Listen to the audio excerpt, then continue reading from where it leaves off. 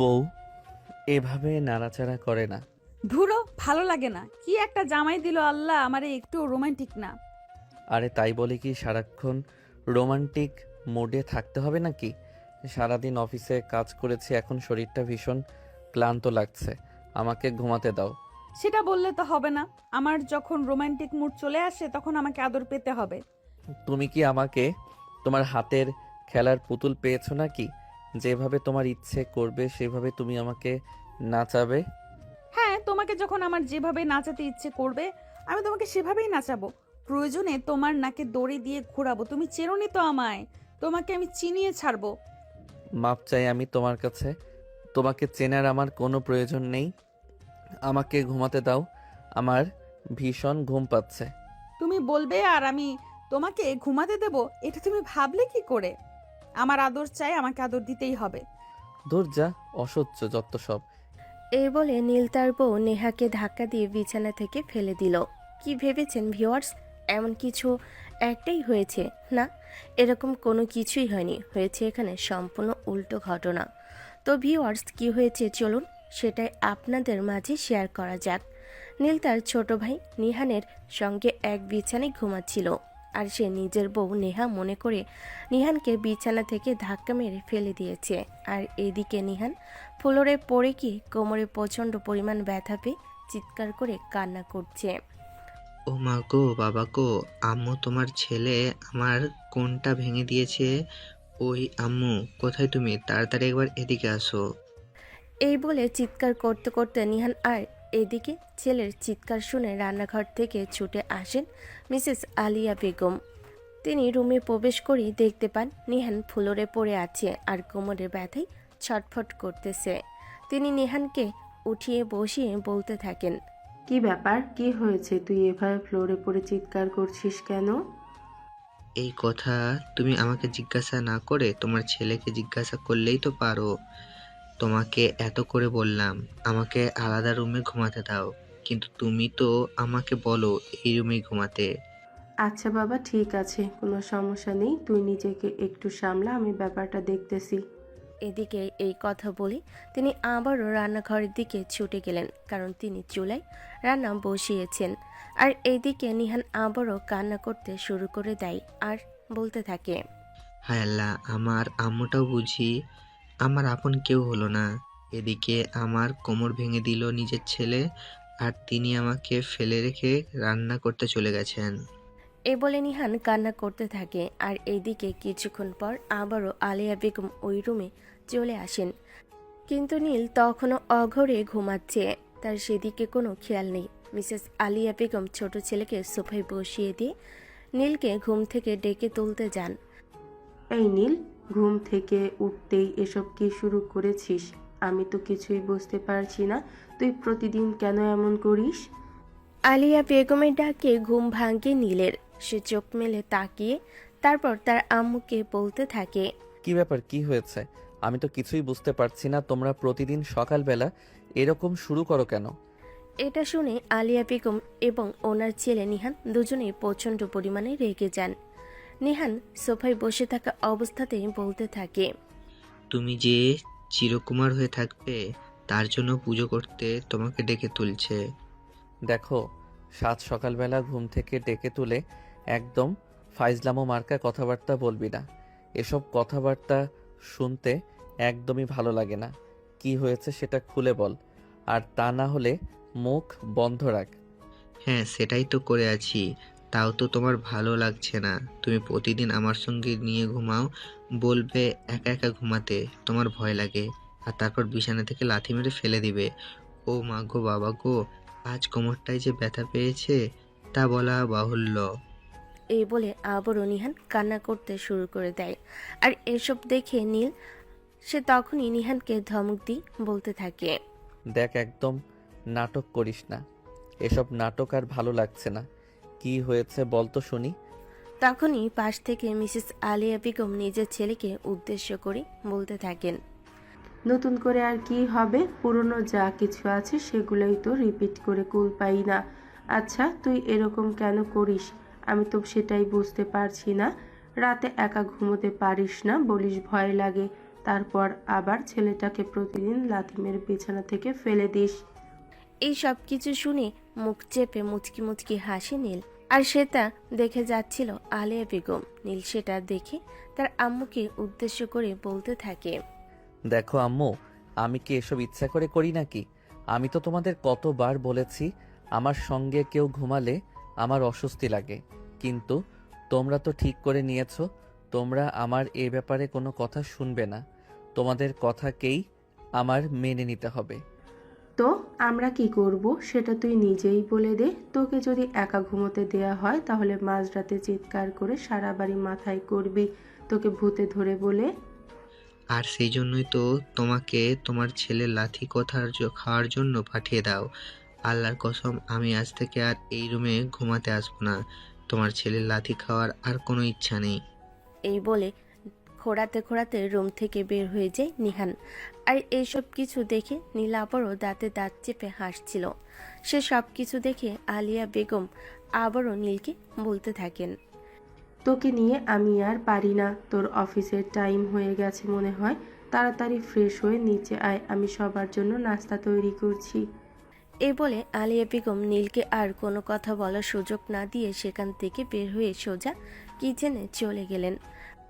আর এদিকে নীল ঘড়ির দিকে তাকিয়ে দেখে অলরেডি সকাল 7:30 বেজে গেছে। সকাল 9টায় তার একটা ক্লায়েন্ট মিটিং আছে, তাই সে তাড়াহুড়ো করে বিছানা থেকে উঠে গেল। ফ্রেশ হয়ে তাড়াহুড়ো করে চলে গেল নাস্তার টেবিলে। মিসেস আলিয়া বেগম তাকে নাস্তা অলরেডি করে দিল। সে নাস্তা খাচ্ছিল। তখনই আলিয়া বেগম তার পাশে এসে বসলো আর তারপর তাকে উদ্দেশ্য করে বলতে থাকে, দেখ বাবা, আমি আর ভঙ্গি চুঙ্গি মার্কা কথাবার্তা শুনতে চাই না। তোকে যেটা বলেছি সেটা এখন থেকে করতেই হবে। এবার তোকে বিয়ে শাদী করতেই হবে। আমি এই রান্নাঘর থেকে মুক্তি পেতে চাই, সেই সাথে তোর জ্বালাতন থেকেও। আছো তুমি কেমন মামি? তো সেটাই বুঝতে পারি না। তুমি যদি নিজের সন্তানের এইটুকু জ্বালাতন সহ্য করতে না পারো তাহলে তুমি কেমন মা সেটা তুমি নিজেই আমাকে বলো। দেখ, আমি কোনো কথা শুনতে চাই না। আমি গঠককে বলে দিয়েছি তোর জন্য পাত্রী দেখতে। পাত্রী পছন্দ হলেই বিয়ে ফাইনাল। আমি আর কোনো কথা শুনতে চাই না। সে তোমাদের যা ইচ্ছে তোমরা তাই করতে পারো, কিন্তু আমি এখন বিয়ে করছি না। আমি যেই মেয়েটাকে প্রতিদিন স্বপ্নে দেখি সেই মেয়েটাকে যদি পাই তবেই বিয়ে করব। এগুলো কোন ধরনের পাগলামি মার্কা কথাবার্তা? আমি তো সেটাই বুঝতে পারছি না। সেই মেয়েটাকে তুই কবে পাবি আর কবে বিয়ে করবি তার জন্য কি আমরা সবাই অপেক্ষা করে বসে থাকবো নাকি? আমি তোমাদেরকে বসে থাকতে বলিনি। তোমাদের যা ইচ্ছে হয় তোমরা তাই করতে পারো, কিন্তু আমি এখন বিয়ে করছি না, সেই কথাটা তোমাদেরকে পরিষ্কারভাবে জানিয়ে দিলাম। এই বলে নীল নাস্তা শেষ করে বাসা থেকে বের হয়ে গেল, তার মায়ের কোনো কথাতে পাত্তা না দিয়ে। রাস্তায় দাঁড়িয়ে আছে অটো কিংবা সিএনজির জন্য অপেক্ষা করছে। বাইক নিয়ে বের হতে চাইছিল, কিন্তু সকালবেলা কি হলো কিছুই বুঝতে পারছে না। বাইক স্টার্ট নিচ্ছে না, আর সেই জন্য তাকে অটো কিংবা সিএনজিতে করে অফিস পর্যন্ত পৌঁছাতে হবে। কিন্তু কিছুক্ষণ সেখানে দাঁড়িয়ে রইল, কিন্তু কোনো কিছুই পাচ্ছিল না। প্রায় 10 মিনিট পর একটা সিএনজি আসলো। নীল সেটাকে দাঁড় করালো। এই সিএনজি বসুন্ধরা যাবেন? হ্যাঁ মামা, আমি তো বসুন্ধরার দিকে যাচ্ছি। আপনি গেলে উঠে বসুন। ওই যে আপাকে দেখছেন, উনিও বসুন্ধরা যাবেন। এই বলে সিএনজি ওলা মামা সিএনজির ভেতর বসে থাকা মেয়েটিকে উদ্দেশ্য করে দেখালো। নীল এই প্রথমবার মেয়েটার দিকে তাকালো। সে তো পুরোই অবাক হয়ে গেছে। এটা সে কাকে দেখছে? এটা তো তার স্বপ্নে দেখা সেই মেয়েটা। সেই মেয়েটা প্রতিদিন তার স্বপ্নে আসে। নীল অবাক হয়ে মেয়েটার দিকে তাকিয়ে রইল, যেন সে চোখের পলক ফেলতেই ভুলে গেছে। অপরদিকে মেয়েটা ফোনে কারোর সাথে ভিডিও কলে কথা বলছিল। সে এসব কিছুকে পাত্তা না দিয়ে তার মতো করে কথা বলে যাচ্ছে। নীল মেয়েটার দিকে তাকিয়ে আছে প্রায় 2 মিনিট হয়ে গেল। তখনও আবারও সিএনজিওয়ালা বলতে লাগলো, কি ব্যাপার মামা, কি হলো? আপনি এভাবে হাঁ করে তাকিয়ে আছেন কেন? আপনাকে না বললাম আপনার যদি যাওয়ার থাকে তাহলে উঠে বসতে পারেন, তা না হলে আবার ওই আবার লেট হয়ে যাবে। হ্যাঁ হ্যাঁ মামা, যাচ্ছি। আমাকে যেতেই হবে, তা না হলে আবার আমারও লেট হয়ে যাবে। এই বলে নীল সিএনজিতে উঠে বসলো। আর তখন সঙ্গে সঙ্গে সিএনজিওয়ালা সিএনজি স্টার্ট করলো। মেয়েটা তখন ওখানে ইয়ারফোন দিয়ে ভিডিও কলে কথা বলেই যাচ্ছে। এদিকে নীল সিএনজিতে উঠে মেয়েটার দিকে হাঁ করে তাকিয়ে আছে। নীল কি করছে না করছে সেদিকে তার বিন্দু মাত্র ভ্রুক্ষেপ নেই। এভাবে প্রায় অর্ধেক রাস্তা চলে আসলো, তখন হঠাৎ মেয়েটার কথা বলা শেষ হয়। মোবাইলটা রাখতে যাবি, দেখতে পাই নীল তার দিকে হাঁ করে তাকিয়ে আছে। মেয়েটা এই প্রথমবার নীলের দিকে তাকালো, তারপরই নীলকে নিজের দিকে তাকিয়ে থাকতে দেখে বলতে লাগলো, এই যে হ্যালো মিস্টার, এক্সকিউজ মি, আপনি এভাবে হাবলার মতো আমার দিকে তাকিয়ে আছেন কেন? নেহার কথায় নীল বাস্তবে ফিরে আসলো, আর সে তখন একটু ভ্যাপাচাকা খেয়ে বলতে লাগলো, ইয়ে না মানে হ্যাঁ আসলে ম্যাডাম। এই বলে নীল তোতলাতে শুরু করলো। সে একজেট কোনো উত্তর দিতে পারছিল না নেহাকে। আর তখনই নেহা একটু রেগে গিয়ে নীলকে বলতে লাগলো, আমি বুঝি না আপনাদের মতো ছেলেদের কি সমস্যা। মেয়ে মানুষ দেখলে এইভাবে হাবলার মতো তাকিয়ে থাকতে হবে নাকি? আপনাদের কি মা বাবার ভদ্রতাটুকুও শেখায়নি? একটু নড়েচড়ে বসে নীল আর তারপর সে নেহাকে বলতে থাকে, আরে ম্যাডাম, সেরকম কোনো ব্যাপার নয়। মানুষ সুন্দরের পূজারি, আর ছেলে মানুষ সুন্দরী মেয়ে মানুষ দেখে তার দিকে তাকাবে, এটাই তো স্বাভাবিক, তাই নয় কি? ও আচ্ছা, তাই বুঝি। কিন্তু আপনি আমার দিকে এভাবে তাকিয়ে থাকবেন না। আমার দিকে কেউ এভাবে তাকিয়ে থাকলে আমার সমস্যা হয়। তাহলে বোরকা কিংবা হিজাব পরে বাইরে বের হলেই তো পারেন, তাহলে তো আর মানুষ আপনার দিকে তাকাবে না। এই যে হ্যালো, এক্সকিউজ মি, একদম উল্টাপাল্টা কথা বলে আমার মেজাজ খারাপ করবেন না, তাহলে কিন্তু ভালো হবে না, এই বলে দিলাম। এই বলে নেহা মুখটাকে ভেঙচি মেরে উল্টো দিক ফিরে বসে রইল। আর এইদিকে নীল একটু পরপর নেহার দিকে তাকাচ্ছিল, যেন মনে হচ্ছিল স্বর্গ থেকে কোনো পাতালে নেমে এসেছে। কিন্তু নেহা আর একটিবারের জন্য তার দিকে ফিরে তাকালো না। দেখতে দেখতে নীল তার গন্তব্যস্থলে চলে আসলো। সিএনজিওয়ালাকে সিএনজি দাঁড় করাতে বলল, তারপর পাওনা মিটিয়ে দিয়ে অফিসের ভিতরে ঢুকে গেল, যেখানে তারা আজ ক্লায়েন্ট মিটিং হওয়ার কথা ছিল। মিটিং রুমে বসে আছে নীল এবং সেই সঙ্গে আরও বেশ কয়েকজন এমপ্লয়ি, যারা সবাই আজ নিজেদের কোম্পানির প্রোডাক্ট রিপ্রেজেন্ট করতে এসেছে এখানে একজন বিদেশি বাজারের সাথে ডিল করার জন্য। কিছুক্ষণ পরে নীল হঠাৎ করে লক্ষ্য করল নেহা মানে একটু আগে সিএনজিতে যে মেয়েটার সঙ্গে নীল এই অফিস রুমে এসেই পৌঁছেছে, সেই মেয়েটা এই রুমে এসেই প্রবেশ করলো। নীলের পাশের একটা চেয়ার এই মেয়েটা বসে পড়ল। নীল তখনও মেয়েটার দিকে হাঁ করে তাকিয়ে আছে, কোনো কথা বলার সাহস পাচ্ছে না। ঠিক এমন সময় বিদেশের ক্লায়েন্ট সে মিটিং রুমে প্রবেশ করলো। সবাই নিজেদের প্রোডাক্টের রিপ্রেজেন্ট করতে লাগলো। অবশেষে নীলের পালা আসলো, সেও নিজের প্রোডাক্ট রিপ্রেজেন্ট করলো। সবার প্রোডাক্ট দেখা শেষ হলে ক্লায়েন্ট মাত্র দুটো কাপড়ের প্রোডাক্ট সিলেক্ট করলো। সেটা হলো নীল যে কোম্পানি থেকে এসেছে সেই কোম্পানি এবং নেহার কোম্পানির প্রোডাক্ট। মিটিং শেষ হলে সবার জন্য খাবারের আয়োজন করা হলো। সবাই খাবার খাচ্ছে, আর এদিকে নীল খাবার নাড়াচ্ছে আর নেহার দিকে তাকিয়ে আছে।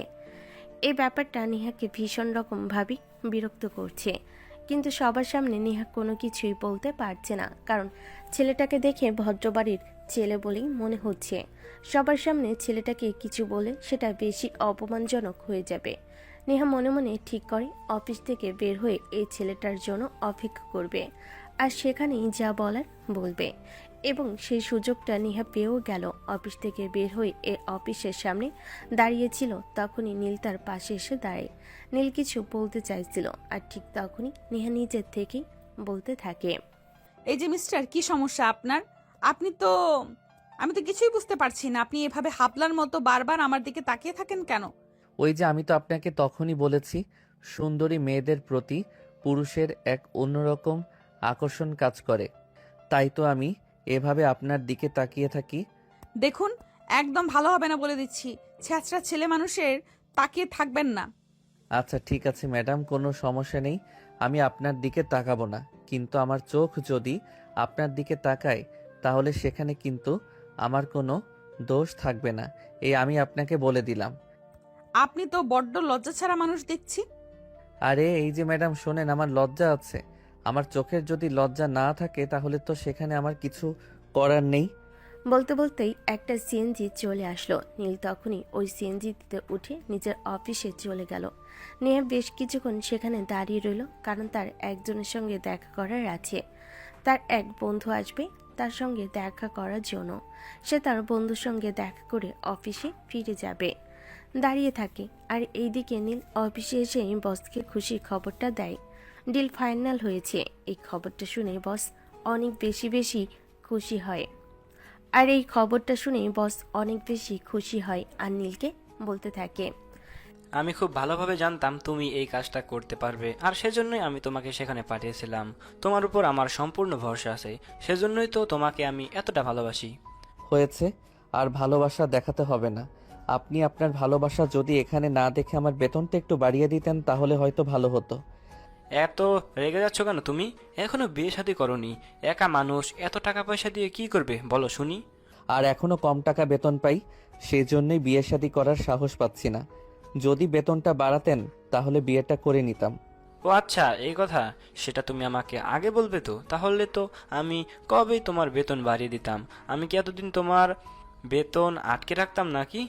যাই হোক, তুমি কোনো কাজ করো না, এই বায়ারের কাজটা শিপমেন্ট করি, তারপরে আমি তোমার বেতন বাড়িয়ে দেবো, আর তুমি মেয়ে দেখা শুরু করে দাও। আচ্ছা স্যার, ঠিক আছে, এখানে ফাইলটা রাখা আছে, সব কিছু আপনি আরেকবার চেক করে নেবেন। এই বলে নীল নিজের ডেস্কে চলে গেল। এদিকে কেটে গেল প্রায় 2 দিন। সেদিন আবারও বস নীলকে নিজের কেবিনে ডেকে নিলেন আর বলতে লাগলেন, তোমাকে আবারও ওই অফিসে একবার যেতে হবে। ওই অফিসের বস চেকে সাইন করে রেখেছেন, চেক কটা তোমাকে নিয়ে আসতে হবে। এটা আবার কি এমন কঠিন কাজ? এখানে তো আপনি যে কাউকে পাঠিয়ে দিলে পাবেন, যে এখানে তো আপনি যে কাউকে পাঠিয়ে দিলেই পারেন, যে কেউ গিয়ে এটা নিয়ে আসতে পারে। আরে বাবা, তুমি বুঝতে পারতেছো না কেন? এতগুলো টাকার ব্যাপার, আমি যে কাউকে এখনো ভরসা করতে পারি না। তুমি আমার বিশ্বস্ত মানুষ, তাই তোমাকে বলছি। নীল অন্য কাউকে পাঠানোর জন্য রিকোয়েস্ট করলো। বস তার সেই কথা শুনল না। বসের একটাই কথা, নীলকেই এখানে যেতে হবে। তিনি নীলকে খুব বিশ্বস্ত মনে করেন। তাই নীল আর কি করবে? অজ্ঞাত বাধ্য হয়ে তাকে সেখানে যেতে হলো। কিন্তু সেখানে যাওয়াটাও নীলের জন্য একটা প্লাস পয়েন্ট হয়ে দাঁড়ালো। নীল সেখানে গিয়ে সেদিনে সেই দেখা মেয়েটাকে আজ আবারও দেখতে পেয়ে গেল। দুজনের ওয়েটিং রুমে বসে আছে, বারবার মেয়েটার দিকে তাকাচ্ছে, কিন্তু মেয়েটা সেসবে কোনো পাত্তাই দিচ্ছে না। সেদিনের মতো করে ফোন টিপে যাচ্ছে। হঠাৎ করে কেউ একজন এসে বলতে লাগলো, নেহা ম্যাডাম, আপনাকে স্যার ভেতরে ডাকছেন। হ্যাঁ, আমি আসছি। এই বলে নেহা তখনই সেখান থেকে উঠে কেবিনের ভিতর চলে গেল। নীল তখনও সেখানে বসে আছে, অপেক্ষা করছে কখন নেহা বের হয়ে আসবে এবং নেহার সঙ্গে একটু কথা বলার সুযোগ পাবে। কিন্তু সেই সুযোগটা আদৌ পাবে কিনা সেটাই ভাববার বিষয়। নেহা ভিতরে যাওয়ার 5 মিনিট পর ফিরে আসলো। তখনই সঙ্গে সঙ্গে সেই ছেলেটা আবারও কেবিন থেকে বের হয়ে আসে আর নীলকে বলতে থাকে, স্যার এবার আপনি আসুন, স্যার এবার আপনাকে ডাকছেন। ছেলেটার কথা শুনে মনে একরাশ বিরক্তি নিয়ে উঠে দাঁড়ালো নীল। সে মনে মনে ভেবেছিল নেহা কেবিন থেকে বের হয়ে আসার পরে সে নেহার সঙ্গে কথা বলবে, কিন্তু এই ছেলেটা তাকে সেই সুযোগটা দিল না। আর এদিকে তাদের সঙ্গে দেখা করে চ্যাট নেটওয়ার্ক নেওয়াটাও অনেক বেশি ইম্পর্টেন্স, তা না হলে আবার বসের বকা শুনতে হবে। তাই সে আর দেরি না করে স্যারের কেবিনে চলে গেল। তারপর তার মনে একটু আশা ছিল কেবিন থেকে বের হয়ে এসে যদি নেহাকে ওয়েটিং রুমে দেখতে পায় তাহলে সেখানে নেহার সঙ্গে একটু কথা বলে নিবে। তাই তো নীল তাড়াহুড়ো করে বসের কেবিন থেকে বের হয়ে আসে, কিন্তু সেটা মনে হয় আর কপালে জুটল না। কারণ নীল কেবিন থেকে বের হয়ে নেহা ওয়েটিং রুম থেকে চলে গেছে, তার মানে অনেকক্ষণ আগেই চলে গেছে সেখান থেকে। কিন্তু আলো যদি সহায় থাকে তাহলে মরা গাছেও ফুল ফোটে, সেরকমটা হয়েছে নীলের সঙ্গে। নীল যেখানে বসেছিল সেখানেই দেখতে পেল একটি পার্স পড়ে আছে। নীল সেটা হাতে নিল, দেখতে পেল ভিতরে একটি আইডি কার্ড এবং বেশ কিছু টাকা রয়েছে। আইডি কার্ডের ছবিটা দেখে নীল কনফার্ম হয়ে নিল এটা নিহার। তাই সে এটা হাতে করে নিয়ে তবেই বের হলো। বাইক চালাচ্ছে আর মনে মনে ভাবছে মেয়েটা কিরকম ভুলো মনের মানুষ। যদি নীল ছাড়া অন্য কেউ দেখতো তাহলে তো নিয়ে চলে যেত, কিন্তু নীল এখন এটা নেহার কাছে পৌঁছাবে কিভাবে সেটাই ভাবতে লাগলো। দেখতে দেখতে নিজের অফিসে পৌঁছে এলো নীল। বসের কাছে চেকটা পৌঁছে দিয়ে তারপর নিজের কেবিনে চলে আসে, নিজের কাজ করতে থাকে আর ভাবতে থাকে। তখনই হঠাৎ মনে পড়লো ব্যাগের ভিতর কোনো ফোন নাম্বার পাওয়া যায় কিনা সেটা দেখতে। তখনই নীল পার্সটা খুললো আর ভালোভাবে চেক করতে লাগলো। তখন ভিতরে একটা নাম্বার দেখতে পেল।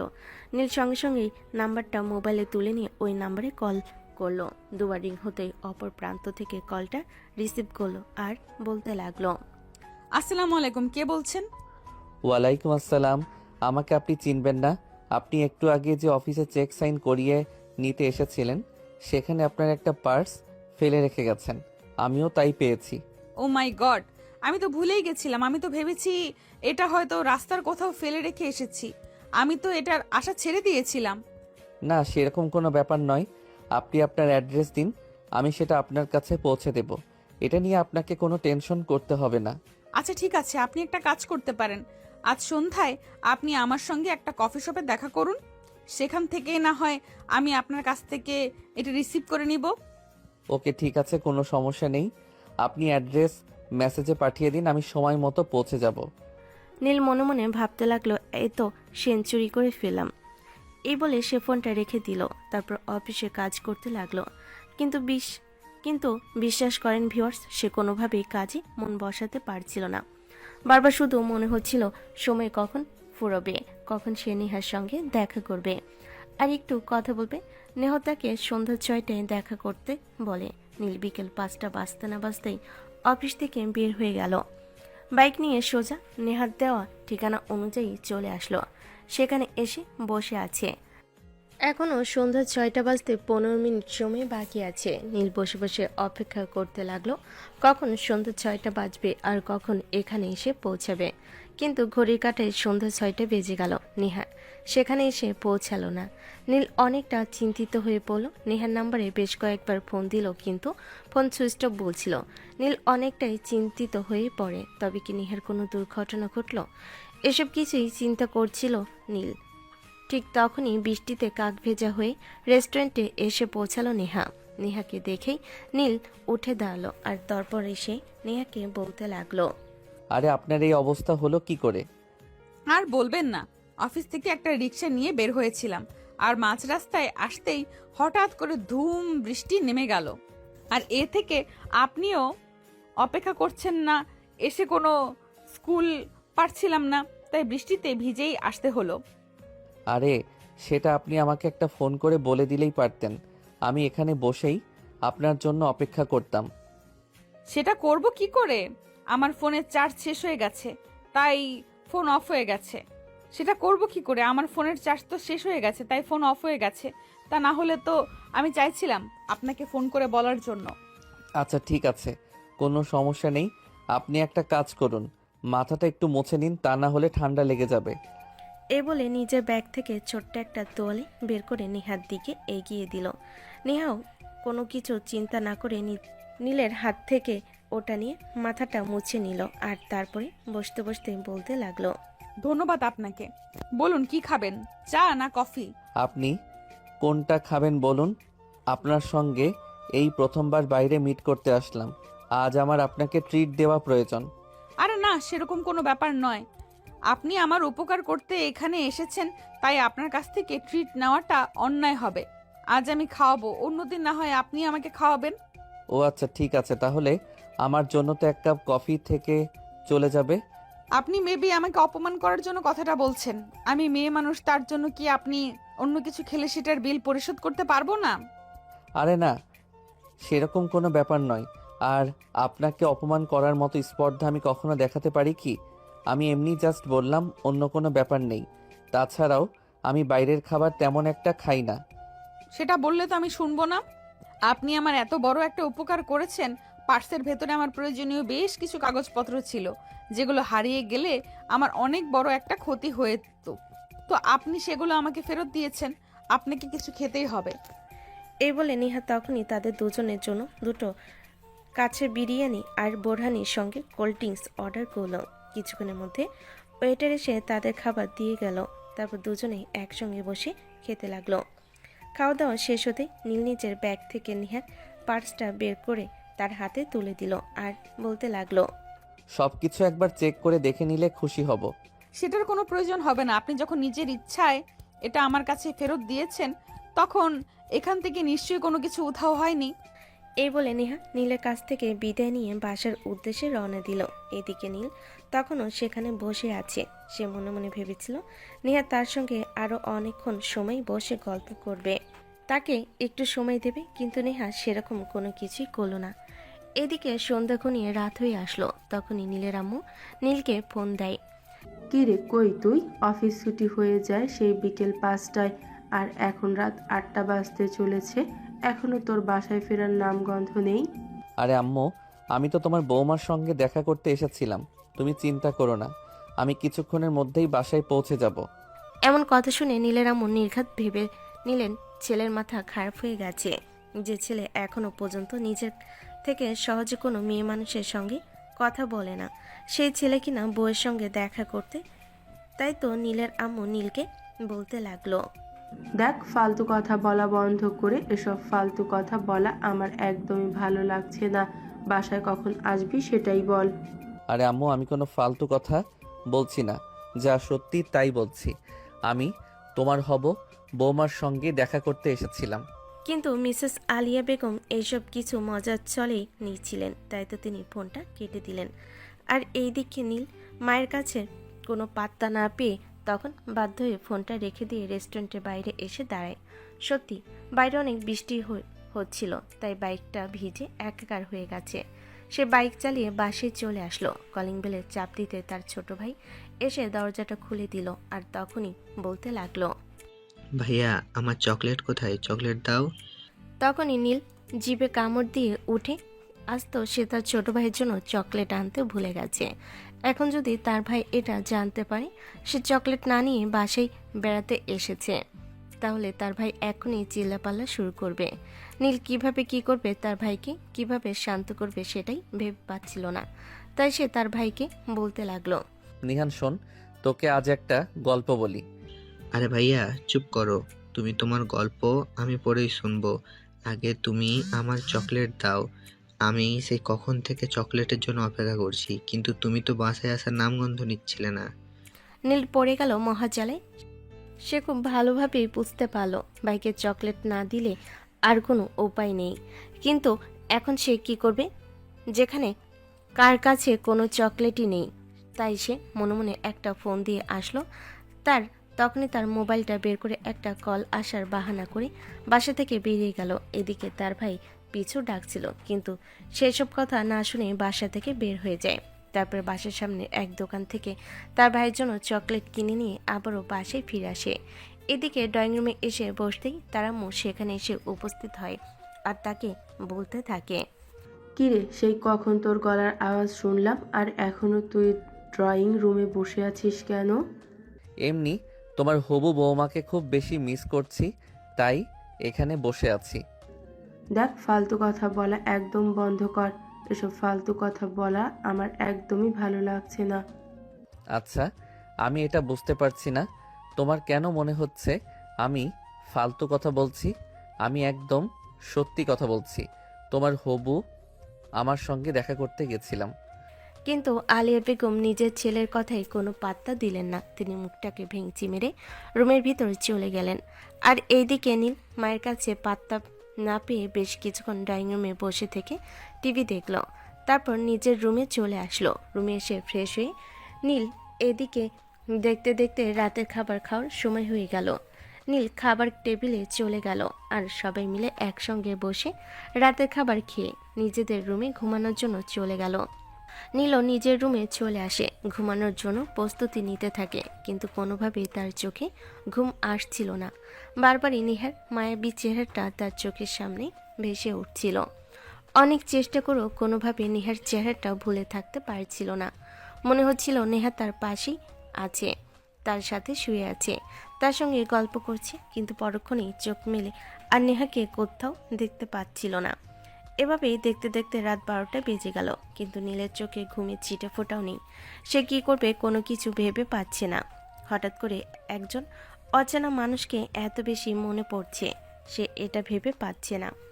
তখনই হঠাৎ করে নীলের মনে পড়ল মোবাইলে তো নেহার নাম্বার আছে, একবার ফোন দিয়ে কথা বলাই যায়। যেমন চিন্তা তেমন কাজ। নীল সঙ্গে সঙ্গে মোবাইলটা হাতে নিল আর নেহাকে ফোন দিল। বেশ কয়েকটা রিং হওয়ার পর নেহা ঘুমো ঘুমো কণ্ঠে ফোনটা রিসিভ করলো আর বলতে লাগলো। আসসালামু আলাইকুম, কে বলছেন? ওয়ালাইকুম আসসালাম। আপনি দেখছি খুব তাড়াতাড়ি মানুষকে ভুলে যেতে পারেন। এই তো সন্ধ্যায় দেখা হলো আর এখনই ভুলে গেলেন। নেহা বেশ কিছুক্ষণ চুপ করে রইল আর কণ্ঠটা বোঝার চেষ্টা করলো। ততক্ষণে সে বুঝতে পারলো এটা নীল। তখন সে বলতে লাগলো, আরে আপনি? ও হ্যাঁ, চিনতে পেরেছি। তা হঠাৎ এত রাতে কেন আমাকে ফোন করলেন?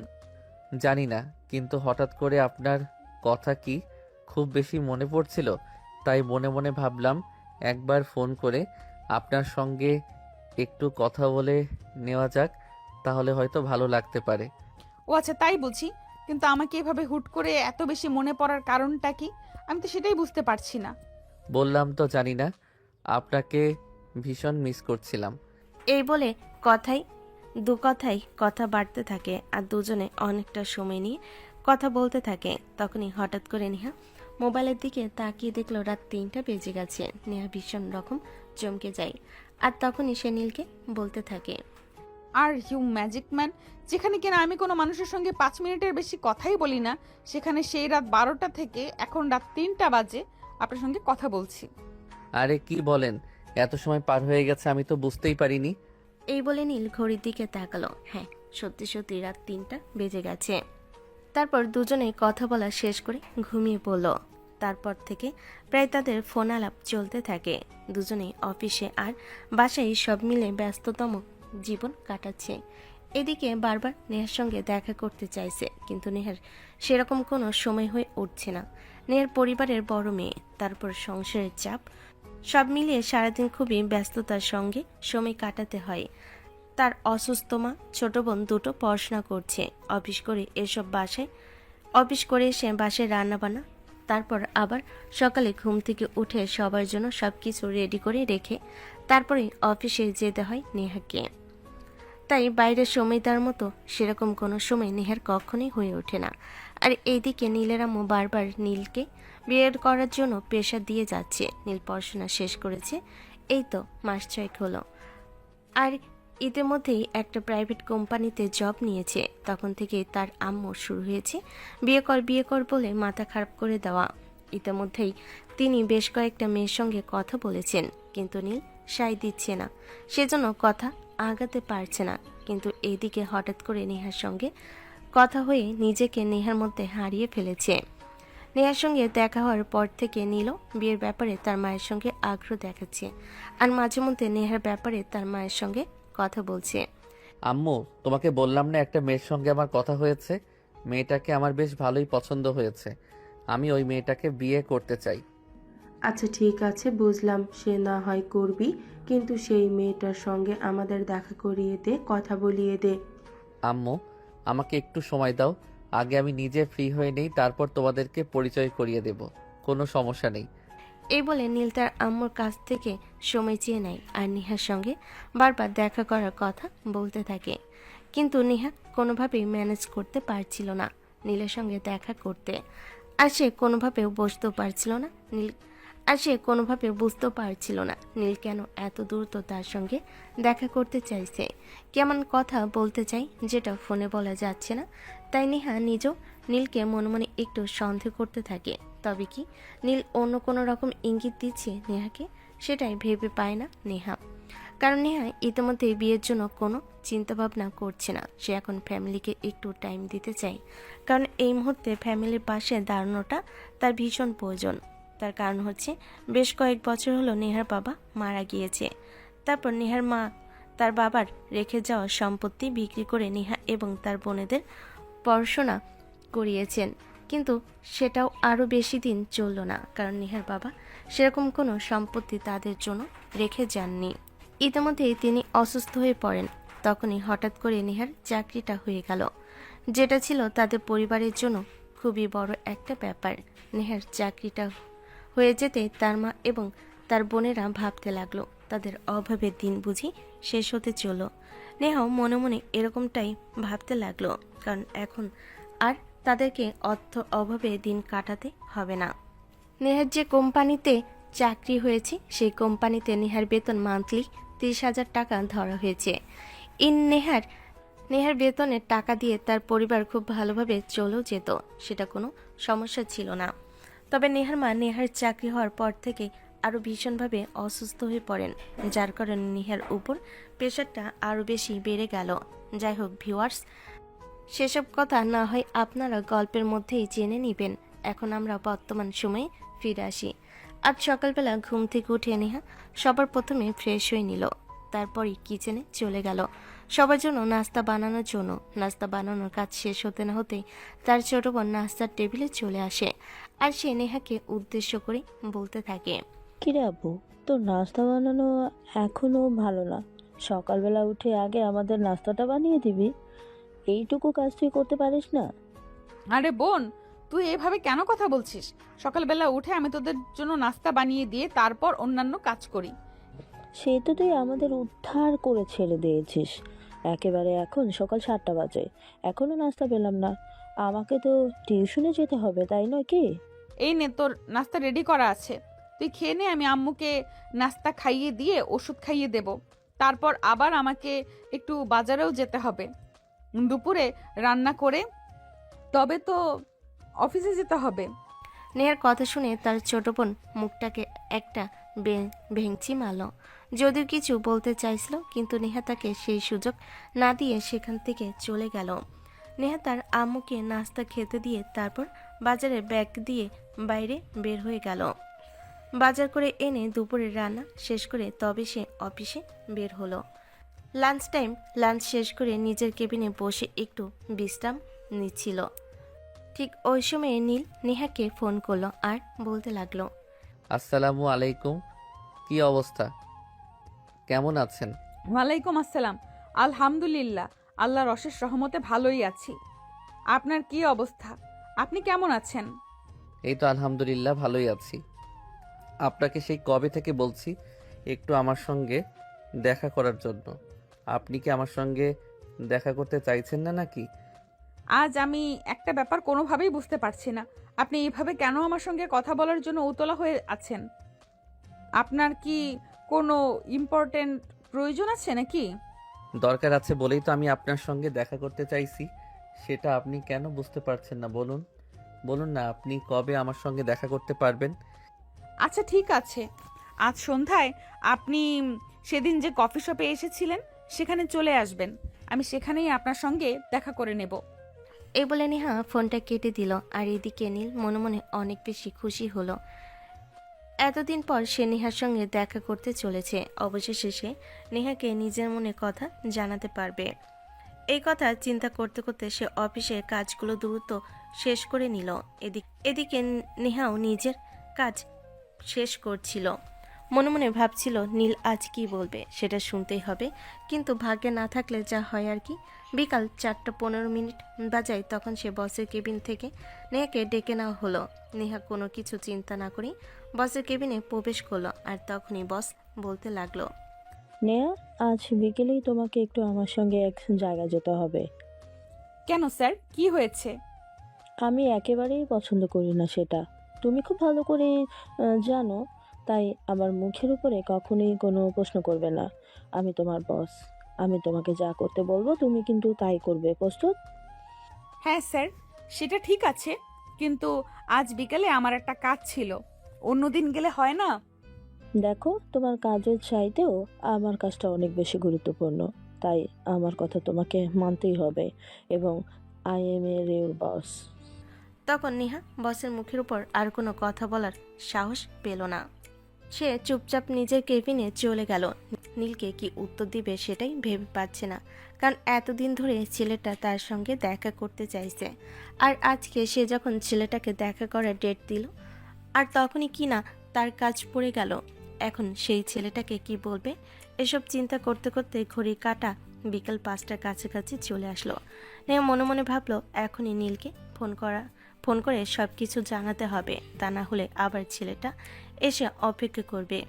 ওই মুহূর্তে নেহা নীলকে ফোন দিল, কিন্তু নীলের ফোনটা সাইলেন্ট থাকায় নীল ফোনটা রিসিভ করতে পারলো না। অফিস টাইমে নীল সবসময় ফোন সাইলেন্ট করে রাখে, আর এই সময় কেউ ফোন দিলে সে কখনোই ফোন রিসিভ করে না। আজকেও এরকমটা হয়েছে। অফিস থেকে ঠিক বিকেল 5টায় বের হয়ে নীল তার পরে নেহার বলা অনুযায়ী ঠিকানা অনুযায়ী চলে আসে, আর সেখানে বসে নেহার জন্য অপেক্ষা করতে থাকে। সন্ধ্যা 6টা বেজে যায়, নেহা আসে না। তখনই নীল মোবাইলটা বের করে নেহাকে ফোন দেওয়ার জন্য।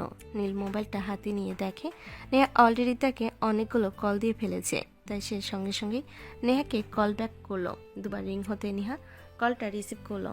আর তখনই নেহা নীলকে বলতে লাগলো, কি ব্যাপার, আপনি এখন এসে পৌঁছাননি কেন? কোনো প্রবলেম হয়েছে কি?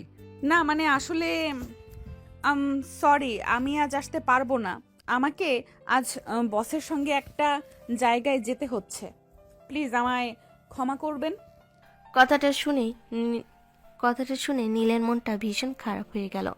সে মনে মনে ভেবে রেখেছিল আজ নেহার সঙ্গে তার দেখা হবে এবং সে নেহাকে নিজের মনে কথা খুলে বলবে, কিন্তু সেটা তো আর সম্ভব হয়ে উঠল না। ভারাক্লান্ত মনে সে রেস্টুরেন্ট থেকে বের হয়ে বাসার দিকে এগোতে থাকে। বাসায় এসে মুখ ভার করে ড্রয়িং রুমে বসে থাকে। তার আম্মু তার পাশে এসে বসে, তার মাথায় হাত বুলিয়ে দিতে দিতে বলতে থাকেন, কিরে বাবা, কি হয়েছে? তুই এভাবে মুখ ভার করে বসে আছিস কেন? কিছু হয়নি আম্মু, প্লিজ আমাকে একা থাকতে দাও, আমার সঙ্গে কোনো কথা বলো না। এই বলে সে তার আম্মুকে কোনো কথা বলার সুযোগ না দিয়ে সেখান থেকে উঠে নিজের রুমে চলে গেল আর দরজাটা বন্ধ করে দিল। আজ তার সত্যি ভীষণ মন খারাপ হচ্ছে নেহার জন্য। আসলে পরের চাকরিটা বুঝি এমনই হয়, যেখানে কেউ চাইলেও নিজের ইচ্ছে মতো কোনো কিছু করতে পারে না। আর সেজন্যই তো নেহা আজ ইচ্ছে থাকা সত্ত্বেও তার সঙ্গে দেখা করতে পারল না। অপরদিকে নেহাও সেই একই অবস্থা। সে একজন মানুষকে কথা দিয়েছিল তার সঙ্গে দেখা করবে, কিন্তু বসের কথা রাখতে গিয়ে সে দেখাটা আর করা হয়ে উঠল না। সেও ভীষণ মন খারাপ নিয়ে বসের সঙ্গে একটা ক্লায়েন্ট মিট করতে আসে। তবে ব্যাপারটা যদি সে পর্যন্তই শেষ হয়ে যেত তাহলে তো ভালোই ছিল, কিন্তু হয়ে গেল অন্য কিছু। নেহা ওই মিটিং শেষ করে বাসে রওনা দিতে দিতে একদম রাত 9টার মতো বেজে গেল। তখন বস নেহাকে বলতে থাকে তাকে বাসায় পৌঁছে দেওয়ার জন্য, যদিও প্রথমে নেহা রাজি হচ্ছিল না। সে বসকে বারবার বলছিল সে রিক্সা করে বাসায় চলে যাবে, কিন্তু এত রাতে একটা মেয়ে মানুষকে এতটা রাস্তায় একা একা যেতে দেওয়া ঠিক হবে না। সেজন্য নেহা প্রথমে রাজি না হলো, অবশেষে বসের কথাই রাজি হয়ে গেল। বাসে এসে পৌঁছাতে পৌঁছাতে মোটামুটি রাত 10:30টার মতো বেজে গেল। কলিং বেলে চাপ দিতে নেহার ছোট বোন এসে দরজাটা খুলে দেয়। নেহাকে দেখা মাত্রই তার বোন মুখ কালো করে বলতে থাকে, বয়ফ্রেন্ডের সঙ্গে ডেট করে রাত 10:30টায় বাসায় ঢুকেছিস, এখন রান্না বান্না কে করবে শুনি? ছোট বোনের মুখ থেকে এমন অপমানজনক কথা শুনে প্রচণ্ড পরিমাণ রেগে যায় নেহা। কিন্তু কি করবে, নিজের ছোট বোন বলে কথা, তাকে তো আর রাগ দেখানো যাবে না। তাই সে নিজেকে কন্ট্রোল করে নিয়ে বোনকে বলতে লাগলো, রূপা প্লিজ কন্ট্রোল ইউর সেলফ। কিসের কন্ট্রোল ইয়োর সেলফ? তোমার অফিস হাইয়েস্ট ছুটি হতে সন্ধে 6টা বাজতে পারে, আর এখন রাত 10:30 বাজে। এতক্ষণ তুমি কোথায় ছিলে? কার সঙ্গে সময় কাটিয়েছ? আম্মু তোমাকে কোনো কিছু জিজ্ঞাসা করে না, সেজন্য কি তুমি এই বাসায় থেকে যা ইচ্ছে তাই করবে? নেহা নিজেকে আর কন্ট্রোল করতে পারলো না, নিজের ছোট বোনকে ঠাস করে একটা চর বসিয়ে দিয়ে বলতে লাগলো, তুমি একটু বেশি বেয়াদব হয়ে গেছো। আমি অফিসের কাজে বসের সঙ্গে ক্লায়েন্ট মিটিংয়ে গিয়েছিলাম। রাত 10টায় কোনো ক্লায়েন্ট মিটিং থাকতে পারে, সেটা আমার খুব ভালোভাবেই জানা আছে। এসব ব্যাপারে আমাকে আর কোনো কথা বলতে হবে না। এই বলে রূপা সেখান থেকে সরে গেল। নেহা তার সঙ্গে আর কোনো তর্ক করার মুডে নেই, তাই সে নিজের রুমে চলে গেল। ব্যাগটা রেখে জামা কাপড় ছেড়ে দিয়ে ফ্রেশ হয়ে নিল। রাত 11টা কিচেনে এসে নেহা দেখতে পায় ছোট বোনেরা এখনও রান্নাবান্না কোনো কিছুই করেনি। সে তখন কাউকে কোনো কথা না বলেই তার এবং তার আম্মুর জন্য খাবার বানিয়ে নিয়ে তার আম্মুর রুমে চলে গেল। তার আম্মুকে খাবারটা খাইয়ে দিয়ে নিজে খেতে লাগলো। রাত 12টা তার ছোট দুই বোন তার সামনে এসে দাঁড়ালো আর বলতে লাগলো, কি ব্যাপার আপু, তুমি খাবার খেয়ে নিচ্ছ, আমাদেরকে ডাকুনি কেন? স্নেহা তার ছোট বোনের কথায় কোনো উত্তর দিল না, সে তার মতো খাবার খেয়ে যাচ্ছে। তখন আবারও তার ছোট বোন বলতে লাগলো, কি হলো, তুমি কি আমাদের কথা শুনতে পাচ্ছ না? একে তো এত দেরি করে বাসায় ফিরে এসেছো, এখন আবার নিজের মতো করেই নিজের খাবারটা খেয়ে নিচ্ছ। হ্যাঁ, আমি সারাদিন অফিস করে এসেছি, আমার শরীর ক্লান্ত লাগছে, তাই আমি নিজের খাবারটা নিজে তৈরি করে খেয়ে নিয়েছি। এবার তোমাদের যদি মনে হয় নিজেদের খাবার নিজেরা তৈরি করে নাও। এই কথা শোনা মাত্রই নিহার ছোট দুই বোন ভীষণ পরিমাণ রেগে গেল। তারা কি বলবে কি করবে কিছুই ভেবে পাচ্ছে না। রাত 12টা বাজে, তারা এখনো রাতের রান্না করবে। তাছাড়া তারা কখনো রান্না বান্না করে না। আগুনের কাছে গেলে তাদের স্কিন ড্যামেজ হয়ে যাবে, তাই তারা বাসায় থেকে সেরকম কোনো কাজ কখনোই করে না। সকালবেলা ঘুম থেকে উঠে নাস্তা করা, তারপর টিউশন শেষ করে কলেজে যাওয়া, আর কলেজ থেকে এসে নিজের পড়া কমপ্লিট করা, এতটুকুই তাদের কাজ। তারা কখনো গোসল শেষ করে নিজেদের জামা কাপড়গুলো পর্যন্ত পরিষ্কার করে না, সেগুলো নেহাকেই করতে হয়। তারপর নেহা তাদের কোনো কথাই বলে না। ছোট মানুষ এই কথা বলে নেহা কাজগুলো নিজে করে নেয়। বিনিময়ে আজ বোনদের কাছ থেকে এই কথা শুনতে হলো নেহার, তাই সে নিজেকে কন্ট্রোল করতে না পেরে এই কাজটা করেছে। সে খাওয়া শেষ করে নিজের রুমে গিয়ে দরজা লাগিয়ে দিয়ে ঘুমিয়ে পড়ল। এদিকে তার ছোট বোনেরা রান্না করতে পারবে না, সেজন্য খাবার না খেয়ে রুমে চলে যায়।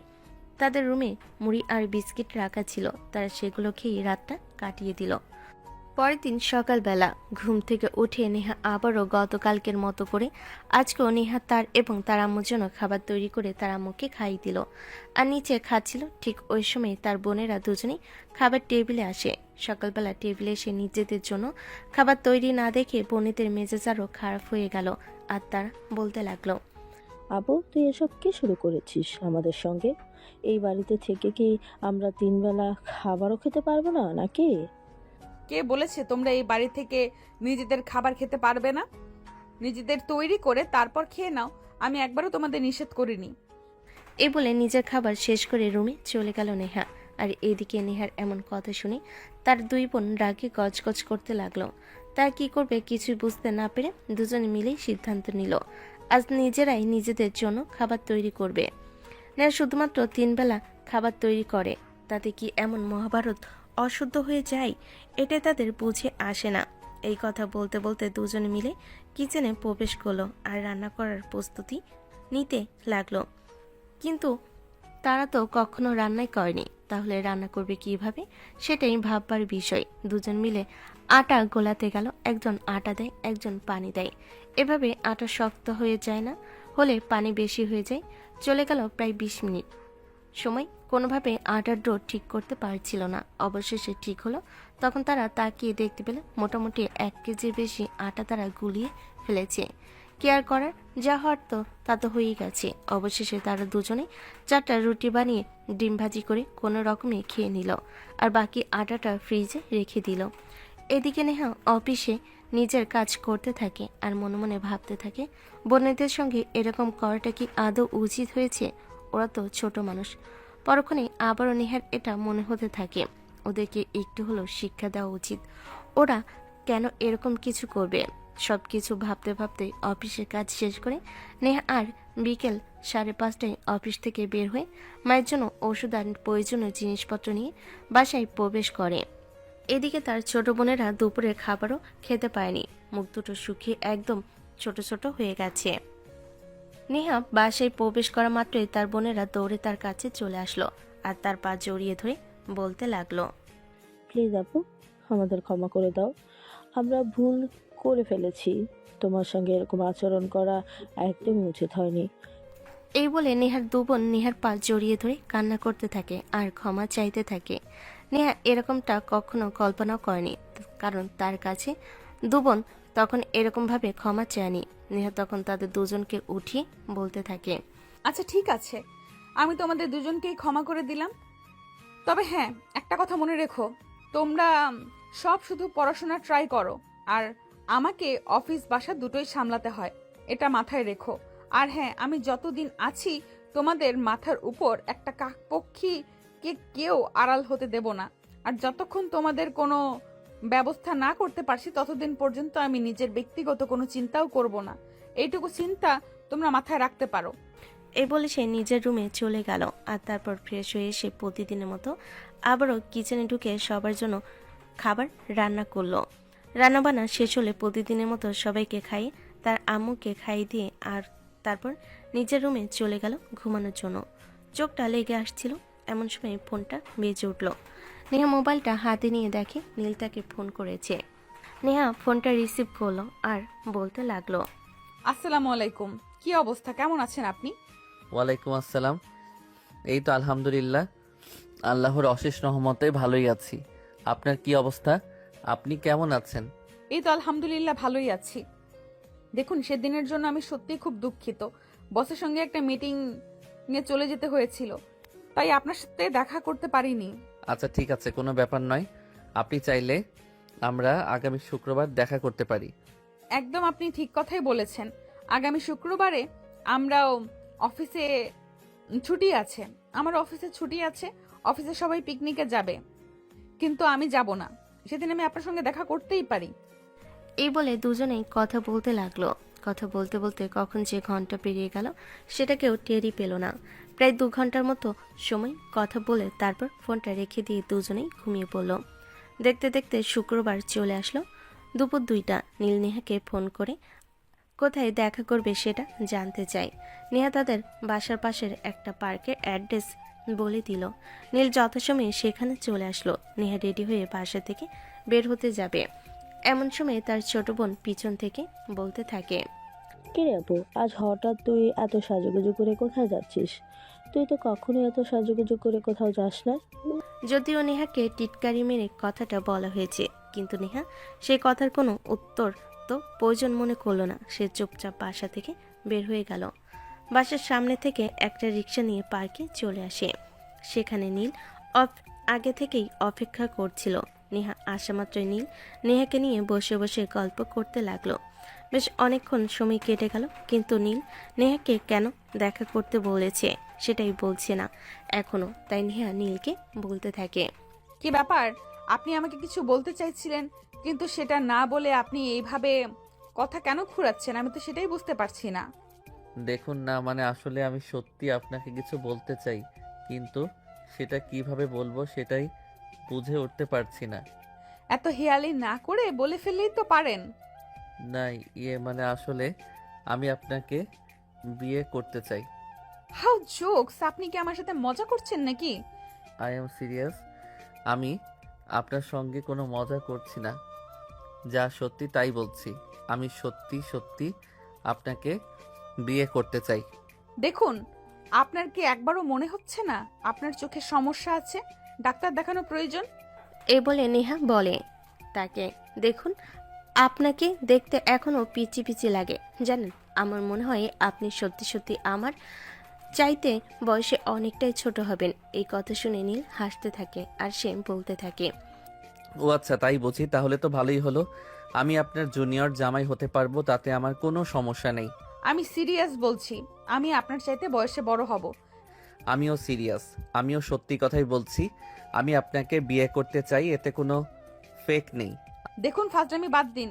আমি এখন বিয়ে শাদী বা প্রেম টেম ওইসব কিছু নিয়ে চিন্তা করছি না। আমার ফ্যামিলির যে অবস্থা, এই মুহূর্তে ফ্যামিলির পাশে থাকাটা আমার জন্য সবচেয়ে বেশি গুরুত্বপূর্ণ। এই বলে নেহা সেখান থেকে উঠে চলে যেতে চাইছিল, আর ঠিক তখনই নীল পিছন থেকে নেহার হাতটা ধরে ফেলে আর বলতে থাকে, আপনি আমার চাইতে বয়সের সিনিয়র, সেটা আমি খুব ভালো করেই জানি, কারণ আমি আপনার সঙ্গে দেখা করার আগেই আপনার ব্যাপারে সব কিছু খোঁজ খবর নিয়েছি। কিন্তু যেদিন আপনাকে আমি প্রথম দেখেছিলাম সেদিনই আপনাকে আমার পছন্দ হয়ে গেছিল। ফাজলামো বাদ দিন, বাস্তবে ফিরে আসুন। আমি বাস্তবেই আছি ম্যাডাম, আমি একদম সত্যি কথাই বলছি। আপনাকে যেদিন আমি প্রথম থেকেই, সেদিনই আপনাকে আমি ভালোবেসে ফেলি। এটা শুনে তো নেহা ভীষণ রকম অবাক হয়। সে হাঁ করে নীলের দিকে তাকিয়ে আছে। তাকিয়ে নীল কি বলছে আর কি বলতে চাইছে সেটাই বুঝতে পারে না। তখনই নীল আবারও নিজের থেকেই বলতে থাকে সব কিছু। নেহার সঙ্গে দেখা করার আগে থেকে সে প্রতিদিন নেহাকে স্বপ্নে দেখত। নেহার স্বপ্নে তার কাছে আসতো, সব কিছু খুলে বলে নেহাকে। আর সব কিছু শুনে নেহা বলতে থাকে, ঘুমিয়ে থাকা স্বপ্নগুলো ঘুম পর্যন্তই সীমাবদ্ধ, এগুলোর সঙ্গে বাস্তবতার কোনো মিল নেই। এই বলে নেহা সেদিনের মতো সেখান থেকে চলে আসে। তবে নীল হাল ছেড়ে দেওয়ার মতো ছেলে নয়। সে নেহার পিছনে আঠার মতো লেগে থাকে। নেহা বারবার তাকে রিজেক্ট করছিল, কিন্তু সে কোনোভাবেই হাল ছেড়ে দিচ্ছিল না। তার একটাই কথা, ভালোবাসতেই হবে, সেটা আজ না হোক কাল।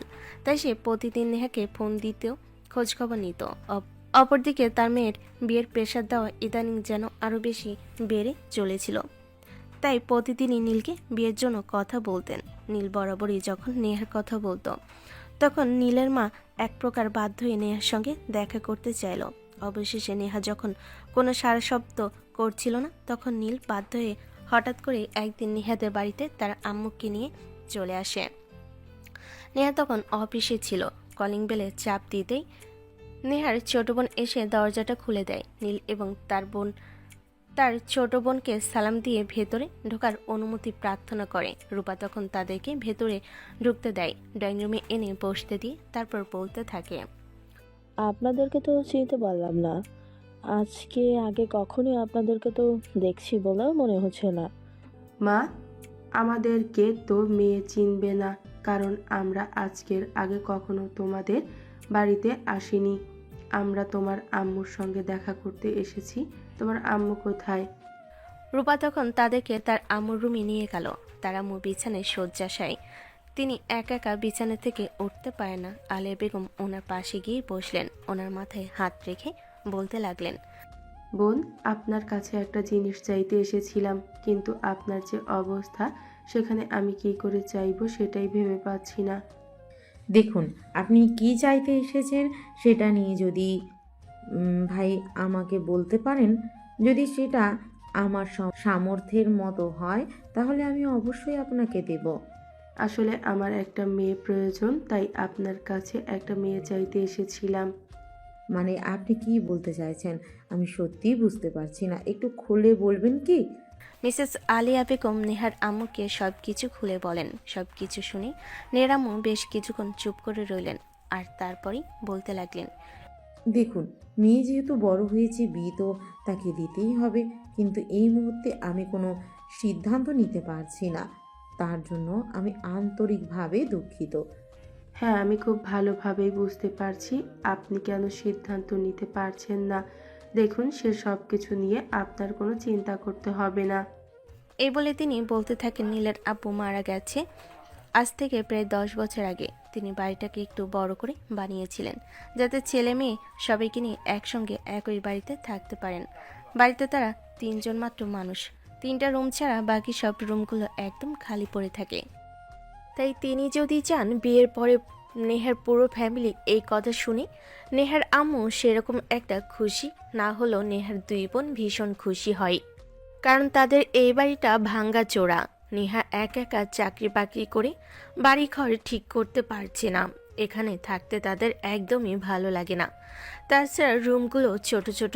নেহা এক রুমে থাকে, তার আম্মু অন্য রুমে, আর একটা রুমে তারা 2 বোন। তাই তারা যদি অন্য একটা বড় বাড়িতে শিফট হতে পারে সেটা তাদের জন্যই ভালো হবে। তাই নেহার ছোট বোন নেহার আম্মুকে বলতে থাকে, আম্মু, তুমি আর না করো না, এমন সুযোগ আর দ্বিতীয়বার পাবে না। ছেলেটা যথেষ্ট ভালো। এখানেই তোমার মেয়েকে বিয়ে দিলে তোমার মেয়ে সহ আমরা গোটা পরিবার খুবই ভালো থাকতে পারবো।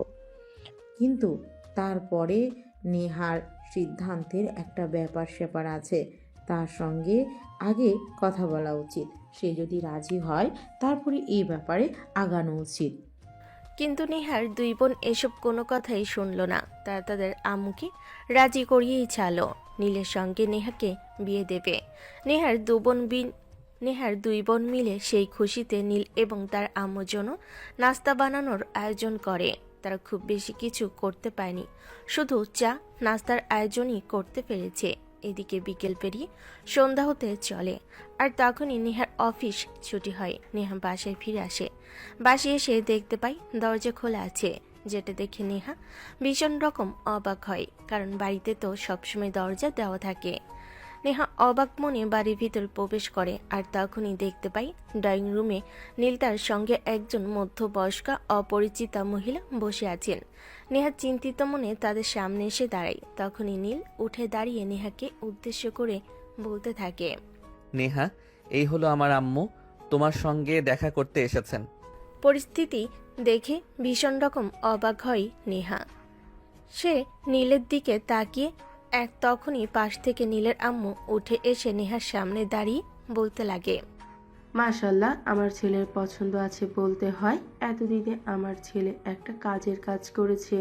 নেহা কোনো কথাই বলে না, চুপচাপ দাঁড়িয়ে দাঁড়িয়ে দেখছে এই সব কিছু কি হচ্ছে। তখনই আবার ওর নীলের আম্মু বলতে থাকে, মা, এত অবাক হওয়ার কিছুই নেই। আমি তোমাকে পুত্রবধূ বানাতে নয়, আমার মেয়ে বানাতে এসেছি। তোমার আম্মুর সঙ্গে আমার সমস্ত ব্যাপারে কথা বলা হয়ে গেছে, উনি এই বিয়েতে রাজি আছেন। তখনই উল্টো এক কথা বলে বসে নেহা। সে বলতে থাকে, তবে আমি রাজি নেই। আমার ঘাড়ে এখন অনেক দায়িত্ব। আমার ছোট বোনদের বিয়ে দিব, তারপর নিজের বিষয় চিন্তা করব। কথা শেষ করার আগে নেহার ছোট বোন বলতে থাকে, এইসব কিছু নিয়ে নেহাকে চিন্তা করতে হবে না। নেহার বিয়েটা হয়ে গেলে তাদের রাস্তা এমনি এমনি ক্লিয়ার হয়ে যাবে। তখনই পাশ থেকে নীল একই কথা বলতে থাকে। নীল নেহাকে উদ্দেশ্য করে বলে, দেখো, সে সব কিছু নিয়ে তোমাকে কোনো চিন্তা করতে হবে না। আমি যখন তোমাকে বিয়ে করব, যখন তুমি আমার ঘরের বউ হবে, তখন তোমার পরিবারের প্রত্যেকটা মানুষের দায়িত্ব আমার উপর চলে আসবে। তখন আমি নিজেই সব কিছু সামলে নিতে পারবো। এসব কিছু নিয়ে তোমাকে আর কোনো চিন্তা করার কোনো প্রয়োজন নেই। আশা করি ব্যাপারটা বুঝতে পেরেছো। কিন্তু আলিয়া বেগমকে আর কোনো কথা বলার সুযোগ দিলেন না। নিজের হাতের আঙ্গুল থেকে একটা আংটি খুলে নেহার হাতে পরিয়ে দিলেন আর বলতে লাগলেন, আমার ছেলের জন্য বুক করে রেখে গেলাম। আগামী শুক্রবারেই এসে আমি আমার এই মেয়েটাকে তার পরিবার সহ আমার বাড়িতে নিয়ে যাব। এই বলে মিসেস আলিয়া বেগম নেহার কপালে একটা চুমু খেলেন। আর তারপরে নীল এবং তার ছোট ভাইকে নিয়ে ও বাড়ি থেকে চলে গেলেন। ওরা চলে যাওয়া মাত্রই নেহা হাত পা ছেড়ে দিয়ে ধপাস করে সোফায় বসে পড়ল। তখনই তার ছোট দুবোন তার পাশে এসে বসে আর তাকে অনেক রিকোয়েস্ট করে বোঝাতে থাকে তারা যেন নেহা এই বিয়েটা করতে রাজি হয়ে যায়। নেহা এই বিয়েটা করে নিলে তাদের জন্য অনেকটাই উপকার হবে। নেহার ছোট দুই বোন তাকে এমনভাবে কথা বলছিল যেন নেহা এই বিয়েটা না করলে তাদের লক্ষ টাকার লোকসান হয়ে যাবে এমনটাই। নেহা তাদের কথার কোনো প্রতি উত্তর না করে তার আম্মুর রুমে চলে গেল। তার আম্মু তখন তাকে একই কথা বলল। নেহা বুঝতে পারছিল না কোনটা তার জন্য ঠিক হবে আর কোনটা ভুল। সবাই যেটা বলছে সেটা করা কি আদৌ উচিত হবে? এসব চিন্তা করতে করতে নেহা নিজের রুমে গিয়ে বিছানায় শুয়ে কিছুক্ষণ বিশ্রাম নিতে থাকে। কিন্তু চিন্তা তার মাথা থেকে কোনোভাবেই নামতে চাইছে না। বারবার তার মাথায় একটা কথাই শুধু ঘুরপাক খেতে থাকে, এই কাজটা করা কি একদমই ঠিক হবে নাকি পুরোটাই অনুচিত? এভাবেই সন্ধ্যা ঘনিয়ে রাত হয়ে গেল, কিন্তু নেহা কোনো রকম কোনো সিদ্ধান্তে উপনীত হতে পারল না। রাতের খাওয়া দাওয়া শেষ করে নেহা ঘুমাতে যাবে এমন সময় হঠাৎ করেই নীল নেহাকে ফোন দেয়। ফোনটা রিসিভ করতে চাইল না, তাই ফোনটা সাইলেন্ট করে রেখে দিল। বেশ কয়েকবার রিং হওয়ার পরও নেহা ফোনটা রিসিভ করেনি। নীল মনে মনে ভাবল নেহা হয়তো ঘুমিয়ে পড়েছে, তাই সে আর ফোন দিল না। সে নিজেও ফোন রেখে ঘুমিয়ে পড়ল। প্রতিদিন সকালবেলা যথাসময়ে নিজের কাজ সে অফিসে চলে যায়। নিজের কেবিনে বসে আছে নেহা, কিন্তু বারবার একটা বিষয় তাকে ভীষণ রকমভাবে ভাবায়। সেটা হলো গতকালকের ব্যাপারটা। নেহা নিজের কাজে মন বসাতে পারছিল না। তখনই তার কলিগ দীপা তার কেবিনে আসে। তাকে এভাবে মুখ ভার করে বসে থাকতে দেখে বলতে থাকে, কি ব্যাপার ম্যাডাম, কি হয়েছে আপনার? মন খারাপ নাকি? না, আসলে আমি একটা ব্যাপার নিয়ে চিন্তিত। ইফ ইউ ডোন্ট মাইন্ড, সেটা কি আমি জানতে পারি? নেহা টেবিলের সামনে রাখা চেয়ারে বসতে বসতে কথাটি বলে দীপা। নেহা ও তখন নিজের মনকে হালকা করার জন্য দীপার সঙ্গে সবকিছু খুলে বলল। আসলে নেহা খুবই ভারী মনের একজন মানুষ। সে কখনো কারোর সঙ্গে সেভাবে মন খুলে কথা বলে না। তার জন্য অফিসেও সেরকম ক্লোজ কেউ নেই। তবে দীপা একটু অন্যরকম। দীপা সবার সঙ্গে মিশে, কার মন খারাপ হলে তার মন ভালো করে দেয়। মুহূর্তের মধ্যে তার মধ্যে অন্যরকম কিছু একটা আছে, যার কারণে সে সবার চাইতে আলাদা। তাই তো নেহার কাছে এসে বসে মুহূর্তের মধ্যেই নেহার মনের কথা জেনে নিতে পারল। নেহা সব কিছু দীপাকে খুলে বলে। সব কিছু শুনে দীপা নেহাকে বলতে থাকে, আমার মনে হয় এই বিয়েটা তোমার করে নেওয়া উচিত। তোমার ফ্যামিলিও সেরকম উপকার হবে। আমার ফ্যামিলির জন্য অন্য একটা ফ্যামিলিকে এভাবে প্রেশার ক্রিয়েট করাটা কি ঠিক হবে? আরে এখানে তুমি কোথায় প্রেসার ক্রিয়েট করছো? তারা তো নিজের ইচ্ছাই তোমার ফ্যামিলির দায়িত্ব নিতে চাইছে, তাহলে তুমি কেন এটা মেনে নিতে পারছো না? এটা মেনে নাও, তোমার এবং তোমার ফ্যামিলি উভয়ের জন্যই খুব ভালো হবে এটা। এ বলে দীপা নেহার সঙ্গে আরো বেশ কিছুক্ষণ গল্পগুজব করে দুজনেই গল্পগুজব করতে করতে প্রায় ঘন্টাখানেক সময় কেটে গেল। তারপরেই দীপা নেহার কাছ থেকে বিদায় নিয়ে সেখান থেকে নিজের কেবিনে চলে গেল আর নিজের কাজ করতে লাগলো। নেহাও নিজের কাজে মনোযোগ দেয়। এভাবে চলতে থাকে সময়। এদিকে নীল আর তার আম্মু মিলে বিয়ের জন্য প্রস্তুতি নিতে থাকে। নীলের আম্মু বড় ছেলে বিয়ে বলে কথা। এই প্রথমবার তাদের বাড়িতে বিয়ের কোনো অনুষ্ঠান হতে চলেছে। তাদের আনন্দটাই অন্যরকম। অপরদিকে নিহানও কোনো কিছুতে কম যায় না। তার একমাত্র বড় ভাইয়ের বিয়ে বলে কথা। একে তো একটা ভাবি পেতে চলেছে, সেই সঙ্গে দুইটা বিয়ান।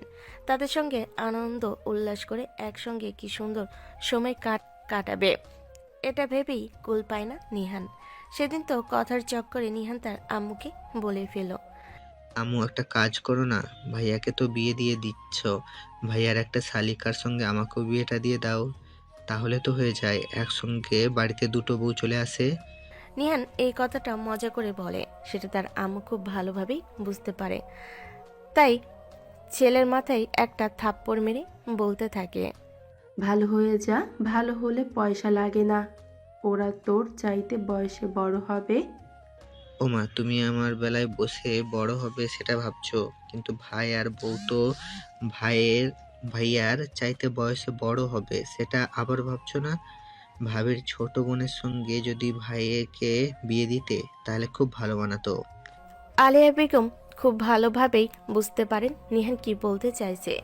তাই তিনি নিহানের কথাকে কোনো পাত্তা না দিয়ে সেখান থেকে সরে গেলেন। কারণ ওনার কাছে ছেলের ভালো থাকা এবং ভালোবাসাটাই সবচাইতে আগে।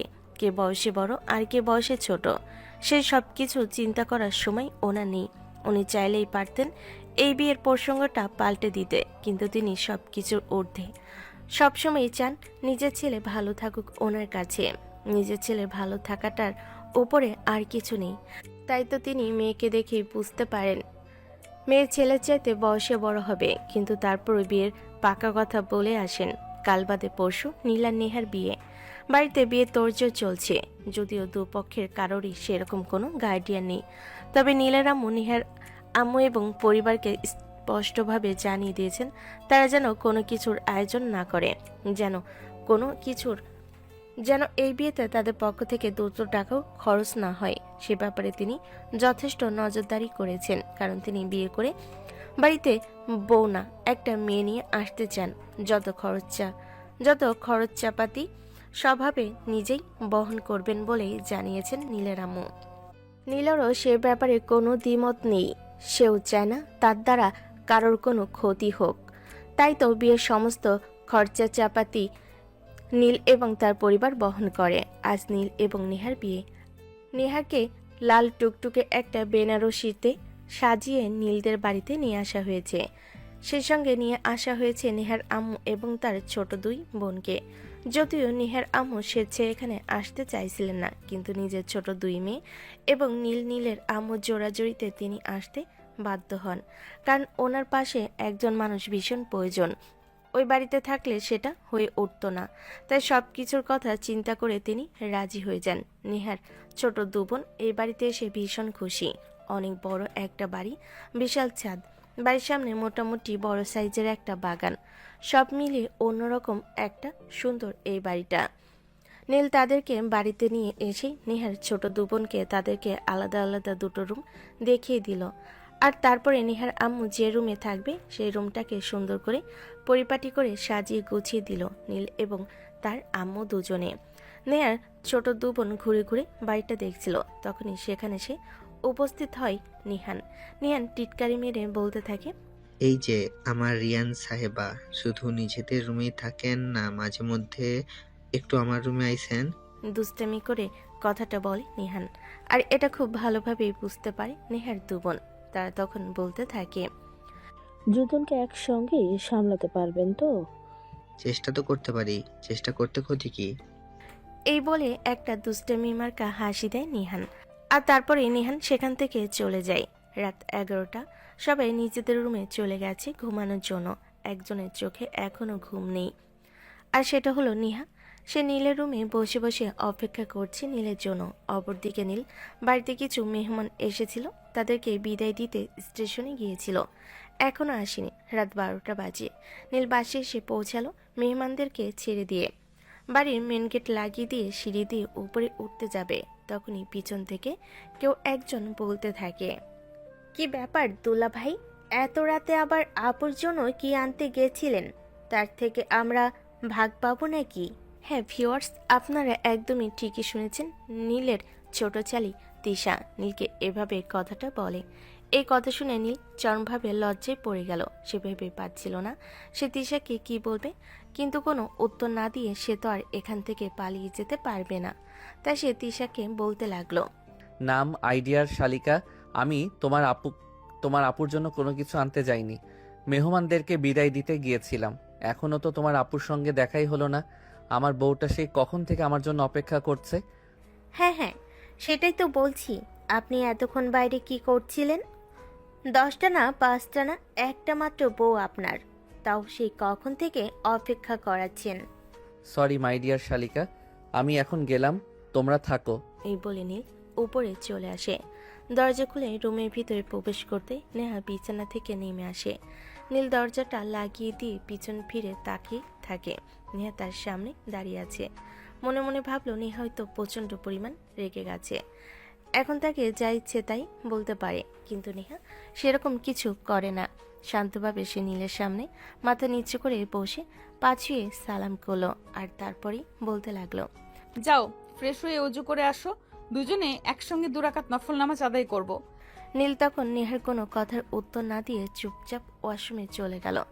তারপর ফ্রেশ হয়ে এসে আলমারি থেকে 2টো জায়নামাজ বের করে নামাজে দাঁড়িয়ে গেল। নামাজ শেষ হলে নেহা নীলকে উদ্দেশ্য করে বলতে থাকে, আমি তোমাকে কিছু বলতে চাই। হ্যাঁ অবশ্যই, কেন নয় বলো। তুমি কি বলবে? তুমি যা বলবে আমি সবকিছু মুখ বন্ধ করে শুনে নেব। দেখো আসলে আমি জানি প্রত্যেকটা ছেলে মেয়েরই স্বপ্ন থাকে বিয়ের পর বাসর করবে, কিন্তু আমি তোমাকে সেটা করতে দিতে চাই না এখনই। নেহার কাছ থেকে এরকম কথা শুনবে এরকম প্রস্তুতি নীল কখনোই ছিল না। তাই সে ভীষণ রকম অবাক হয়ে বলতে থাকে, হ্যাঁ সেটা না হয় বুঝলাম, কিন্তু কেন মানে এর পেছনে কারণ কি? সেরকম কোনো কারণ নেই, তবে দেখো আমি এখনই এইসব কিছুর জন্য মানসিকভাবে প্রিপেয়ার্ড নই। আমাকে সব কিছুর জন্য স্বাভাবিক হয়ে আসতে একটু সময় দিতে হবে। সবাই না হয় বাসর রাতে রোম্যান্স করে, সময় কাটায়, আমরা না হয় একটু অন্যভাবে আজকের রাতটা কাটিয়ে দিলাম। কিছুক্ষণ চুপ করে থাকে নীল, আর তারপরে নেহাকে বলতে থাকে, ঠিক আছে, কোনো সমস্যা নেই, তুমি যেমনটা চাও সেরকমই হবে। চলো বেলকনিতে যাওয়া যাক। তুমি চাঁদ দেখতে পছন্দ করো তো? নেহা মাথা নাড়িয়ে হ্যাঁ সূচক সম্মতি জানায়। নীল নেহাকে বেলকনিতে নিয়ে এসে কিছুক্ষণ পরেই হঠাৎ করে নীল নেহাকে বেলকনিতে রেখে কোথায় যেন একটা চলে গেল। তারপর প্রায় 20 মিনিট পর ফিরে আসে। নেহা তো ভয় পেয়ে গেছিল, না জানি কি হয়ে গেল। 20 মিনিট পরে নীল 2টো কফির মগ হাতে নিয়ে ফিরে আসে। নেহা ভীষণ রকম অবাক হয় আর বলতে থাকে, এতক্ষণ তুমি কোথায় ছিলে আর এগুলো কোথা থেকে নিয়ে এসেছো? তুমি তো কফি ভীষণ রকম পছন্দ করো, আর আমিও সেজন্যই দুজনের জন্য গরম গরম 2 কাপ কফি বানিয়ে নিয়ে আসলাম। এখন এখানে বসে গল্প করব আর কফি খাবো। দারুণ হবে না ব্যাপারটা? নেহা মুচকি হাসি দিয়ে নীলের হাত থেকে কফির মগটা নেয়, আর তারপরে দুজনেই বেলকনিতে রাখা দোলনাটায় বসে দোল খেতে খেতে গল্প করতে থাকে। কিছুক্ষণের মধ্যেই কফি শেষ হয়ে গেল। নীল মগ 2টো বেলকনির একপাশে রেখে দিল। নেহার মাথায় হাত বুলিয়ে দিয়ে বলতে লাগলো, সত্যি তোমার আইডিয়াটা দারুণ ছিল। আমরা না হয় ইতিহাসের পাতায় নতুন কিছু সৃষ্টি করলাম। বাসর রাতে সারা রাত বেলকনিতে বসে চাঁদ দেখে গল্প করে কাটিয়ে দিলাম। হ্যাঁ, তবে তোমার কাছে আমি আরো একবার ক্ষমা চেয়ে নিচ্ছি, তোমার ইচ্ছা পূরণ করতে পারলাম না হয়তো। তখনই নীল নেহার মাথাটা নিজের বুকের সঙ্গে শক্ত করে চেপে ধরে বলতে থাকে, এসব কোনো ব্যাপার না, ভালোবাসা আর ভালো থাকাটাই সবার আগে। সব পুরুষের কাছে ভালোবাসা আর ভালো থাকা মানে শুধু শরীর নয়, অন্য কিছু হতে পারে। আমি যদি আর 5টা পুরুষের থেকে নিজেকে তোমার কাছে আলাদাভাবে প্রেজেন্ট করতে নাই পারলাম, তাহলে আমি কিসের শখের পুরুষ হতে পারলাম বলো? তুমি সত্যিই অন্যরকম, আর 5টা পুরুষের থেকে সত্যিই আলাদা। এই বলে নেহা নিজেও নীলকে শক্ত করে জড়িয়ে ধরে, আর তার বুকে মাথা রেখে একটা রঙিন জীবনের স্বপ্ন দেখতে থাকে। সুপ্রিয় ভিউয়ার্স, আজকের গল্পটা আপনাদের কাছে কেমন লেগেছে ছোট্ট একটা কমেন্ট করে জানাবেন। ভালো লাগলে লাইক কমেন্ট অ্যান্ড শেয়ার করে পাশে থাকবেন। এতক্ষণ সাথে থাকার জন্য ধন্যবাদ। ভালো থাকবেন, সুস্থ থাকবেন। আল্লাহ হাফেজ।